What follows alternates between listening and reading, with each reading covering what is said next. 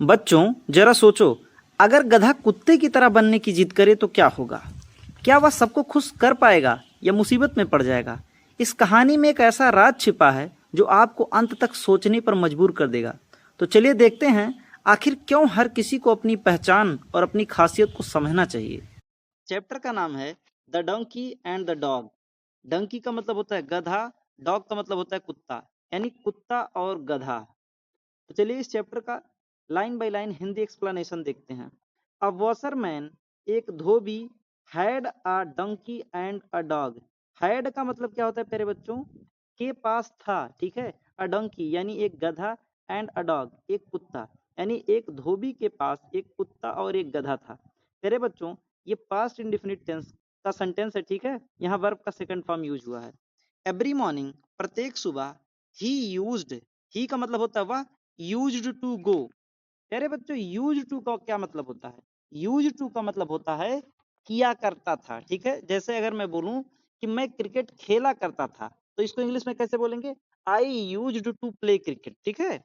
मैं बाजार जाया करता था, I use to go to market. तो ऐसे ही use to go to the river to wash cloth. Every morning, प्रत्येक सुबह, ही यूज टू गो, वह जाया करता था, टू द रिवर, नदी पर, टू वॉश क्लोथ, कपड़े धोने के लिए, ठीक है। चलिए आगे। The donkey use to carry the load of clothes. The donkey यानी जो गधा था, यूज टू कैरी, यानी कैरी का मतलब होता है ढोना। तो जो गधा था वो ढोया करता था द लोड ऑफ क्लोथ, यानी कपड़े के बोझ को गधा ढोया करता था, ठीक है। He use to live in shed outside the master's house. He use to live, live वह रहा करता था यानी रहता था, इन अ शेड एक छाया में, outside the master's house, outside का मतलब होता है बाहर, मास्टर्स हाउस का मतलब होता है मालिक के घर के, ठीक है। यानी जो गधा था वो मालिक के घर के बाहर एक छाया में रहता था, एक शेड में रहता था, ठीक है। शेड का क्या मतलब होता है? आप लोग को पता होगा, शेड का मतलब होता है छप्पर, ठीक है। तो गधा कहाँ रहता था? मालिक के एक घर के बाहर एक छप्पर में रहता था, ठीक है। He use to live in a shed outside the master's house, यानी मालिक के घर के बाहर एक छप्पर में रहता था। एंड द डॉग, एंड मतलब और, द डॉग और कुत्ता, use to stay inside the house. Use to stay, stay का मतलब होता है रहना, इनसाइड मतलब होता है अंदर, द हाउस यानी कुत्ता घर के अंदर रहता था, द होल डे लॉन्ग, पूरे दिन, यानी जितना भी समय है पूरे दिन कुत्ता घर के अंदर ही रहता था। इन द इवनिंग, शाम में, द डॉग जो कुत्ता है, use to feel happy to see his master. शाम में जो कुत्ता है वह बहुत खुश महसूस करता है, टू सी हिज मास्टर, अपने मास्टर को देखकर, मास्टर का मतलब अपने मालिक को देखकर, ठीक है। He use to lick his masters and jump on him. He use to lick, he का मतलब होता वह, यूज टू का मतलब होता किया करता था कोई भी काम, ठीक है। ही यूज टू लिक यानी वह चाटा करता था, लिक का मतलब होता चाटना, हिज मास्टर अपने मालिक को, एंड जंप ऑन हिम और उस पर कूद जाता था, ठीक है। The master use to lift the dog in his arms and take him outside the house. The master, जो मास्टर था, use to lift the dog, lift का मतलब होता है उठाना, डॉग का मतलब होता है कुत्ता, यानी मालिक जो था वो कुत्ते को उठा लेता था, इन हिज आर्म, अपने बाहों में। आर्म का मतलब होता है बाह, बाह का मतलब जो हमारे हाथ है, ठीक है। And take him inside the house, और उसको, इनसाइड का मतलब होता है अंदर, द हाउस उसको घर के अंदर लेके चला जाता है, ठीक है, चला जाता था, ठीक है। सीइंग दिस, यह देख कर, सीइंग दिस यानी यह देख कर, सीइंग का मतलब होता है देख कर, दिस माने होता है यह, यानी यह देख कर, द डंकी आल्सो वांटेड, गधा भी चाहता था, द डंकी यानी जो गधा है, आल्सो माने भी, वांटेड, वांटेड का मतलब होता है चाहता था, वांट का मतलब होता है चाहना, वांटेड का मतलब होता है चाहता था, क्योंकि ये सेकंड फॉर्म है, ठीक है। To live in the house, ठीक है, यानी गधा भी चाहता था कि वह भी घर में रहे, टू लिव रहे इन द हाउस यानी घर में। मे बी का मतलब होता है शायद, if I also jump on him like dog, may be शायद, मे बी का मतलब क्या होता है शायद, इफ आई आल्सो, इफ माने होता है यदि, यदि आई का मतलब होता है मैं, आल्सो का मतलब होता है भी, जंप का मतलब होता है कूदना। शायद अगर मैं भी कूदूं ऑन हिम, उसके ऊपर, लाइक द डॉग, जैसे कि कुत्ता कूदता है, he will surely lift him to in his arm and carry inside the house. He का मतलब होता है वह, ही विल श्योरली, वह पक्का, श्योर का मतलब क्या होता है, निश्चित रूप से, ही विल श्योरली, वह निश्चित रूप से, लिफ्ट हिम, उठा लेगा, टू, उसे भी, टू का मतलब होता है भी, इन हिज आर्म, अपने भुजाओं में, एंड कैरी मी, कैरी का मतलब होता है ले जाना, और मुझे ले जाएगा इनसाइड द हाउस, घर के अंदर। द डंकी, जो गधा था, थॉट, गधा सोचा, यानी गधा ऐसी बात सोचा कि अगर मैं भी मालिक के ऊपर कुत्ते की तरह कूद जाऊं तो वह भी मुझे अपनी बाह में उठा लेगा, अपनी हाथों में उठा लेगा और मुझे घर के अंदर ले जाएगा। आगे देखते हैं।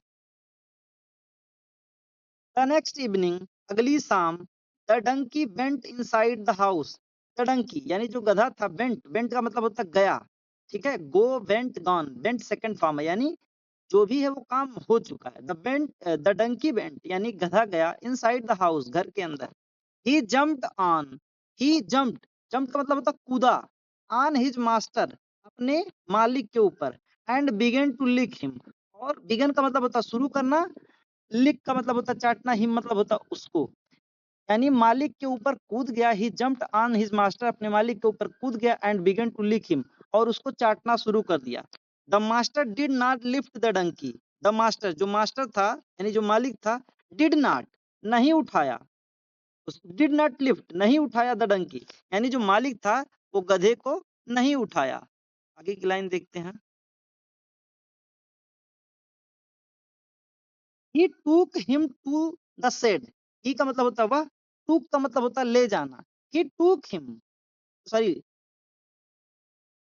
ले गया, ठीक है, टूक का मतलब होता है ले गया, ही टूक हिम, ले गया, to the shed, him to the shed यानी उसको छप्पर में लेके चला गया, फिर से छप्पर के नीचे लेके चला गया, या फिर से छांव में लेके चला गया जहां वो रहता था।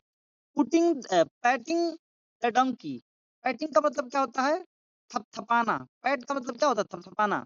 Patting the donkey, the master said, master बोला, टू हिम, उससे, you are not like dog, patting the donkey यानी गधे को थपथपाते हुए, द मास्टर सेड, मास्टर बोला, टू हिम, उससे, you are not like dog, you, you का मतलब होता तुम, आर का मतलब होता हो, नॉट का मतलब होता नहीं, लाइक का मतलब होता है जैसा, ठीक है।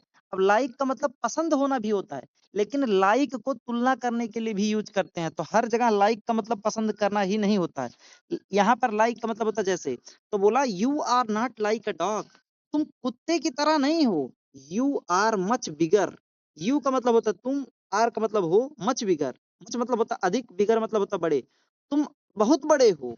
So you can't come inside the house, इसलिए, सो का मतलब होता है इसलिए, यू कैन नॉट, तुम नहीं आ सकते, कम, कम माने आना, ठीक है, इनसाइड द हाउस, इसलिए तुम घर के अंदर नहीं आ सकते। द मास्टर फर्दर से एडेड, द मास्टर यानी मास्टर का मतलब होता है मालिक, फर्दर का मतलब होता है आगे, एडेड का मतलब होता है जोड़ना, मालिक आगे कहता है, अब जोड़ना बोलने या आगे जोड़ता है तो यहाँ जोड़ना नहीं कहेंगे, आगे कहता है, you are also heavy and you must not jump on me, you are also heavy, you का मतलब होता है तुम, आर का मतलब होता है हो, ऑल्सो का मतलब होता है भी, हैवी का मतलब होता है भारी, यानी तुम भारी भी हो, एंड यू मस्ट, और तुम्हें, मस्ट का मतलब होता चाहिए, नॉट जंप, नहीं कूदना, ऑन मी, और तुम्हें मेरे ऊपर नहीं कूदना चाहिए, ठीक है।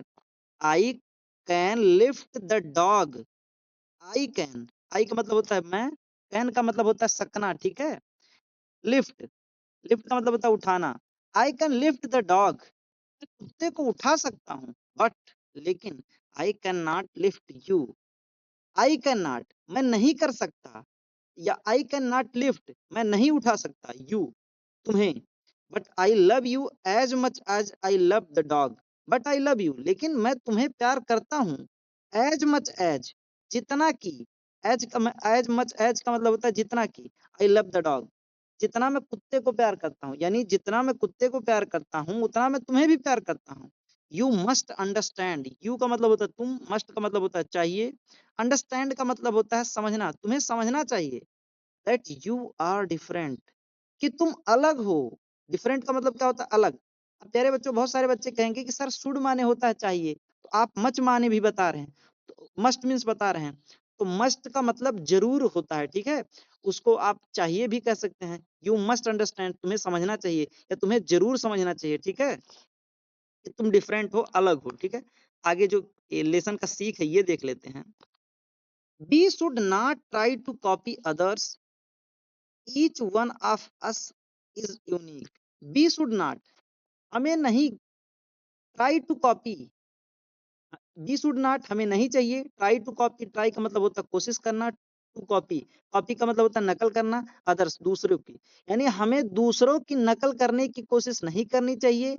एज ईच वन ऑफ, जैसा कि, एज का मतलब होता है जैसा कि, each one of us, each का मतलब होता है प्रत्येक, वन ऑफ अस, अस का मतलब होता है हम में से एक, अस का मतलब होता है हम में से, वन ऑफ अस का मतलब होता है हम में से एक, इज यूनिक, यूनिक का मतलब होता है अद्वितीय, ठीक है। अब प्यारे बच्चों मैं भी बता दे रहा हूँ, ये चैप्टर सच में बता रहे हैं, आप अपने क्लास 6th में पढ़ रहे हैं ना, ये चैप्टर आपको, इस चैप्टर से जो सीख मिलती है वो आपको पूरे जीवन भर मिलती रहेगी।